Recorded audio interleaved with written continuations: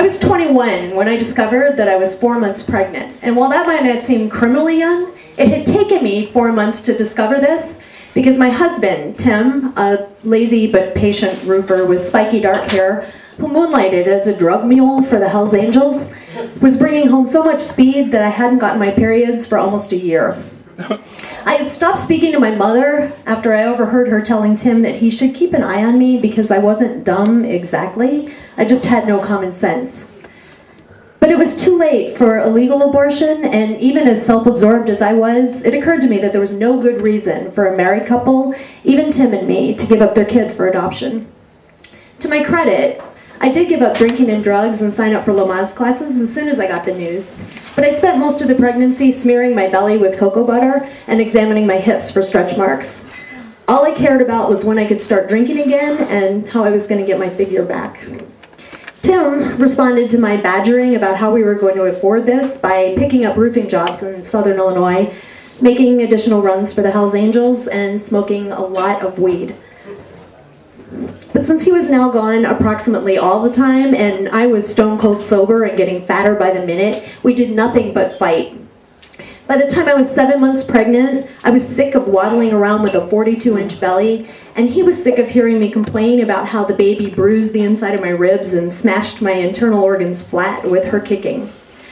But still, that was no reason for him to out me to the Lamaze instructor, Martha, a fidgety red-headed nurse in her mid-30s with plastic glasses and 3 chins, who was also a rabid fan of breastfeeding. Does anyone have questions? There were 8 couples seated around the long Formica top table with the breast is best signs hovering above us. I almost stabbed him in the neck when he raised his hand. My wife drinks a 6-pack of Coke a day, and now the baby has hiccups. And I think that all that caffeine is probably making it nervous, and all that carbonation is probably giving it gas. It was this exact attitude in Lamaze class that led to our eventual divorce. Tim had a point, but I was not about to admit that in front of Martha or the other couples, all of whom were at least 10 years older than me, and who had already begun to judge me because they saw me lighting up cigarettes every week as we pulled out of the parking lot. I was a little ashamed that they had pegged me as trailer trash, but I quietly judged them too, and their eagerness to join that club of dull moms whose conversations revolved around the eating, sleeping, and shitting habits of their kids.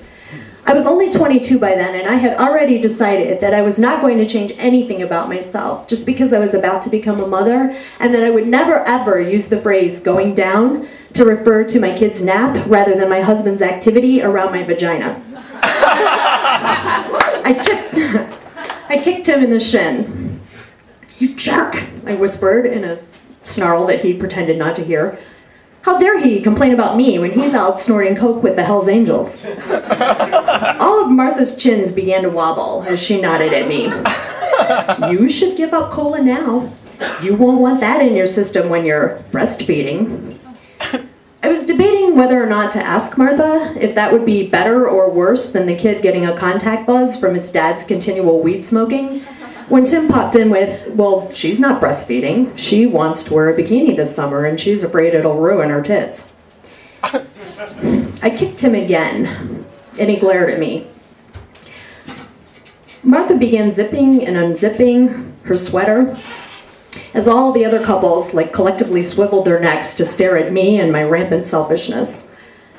"I can't believe that you don't realize how much more nutritious mother's milk is for the baby than canned formula." Tim glared at me, looked over at Martha, and said, "Well, she eats Doritos for breakfast too, and I don't think that's so healthy for the baby either. And she smokes," chimed in one of the nebbishy dads-to-be from the end of the table.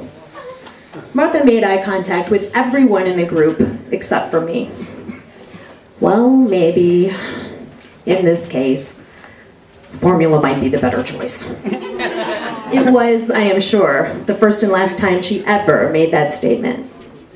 So I was going to get to keep my tits. But as Martha moved on to the next question, I could see the other parents sneaking sidelong glances at me, and I knew that they already felt sorry for my kid. Thanks. Yeah.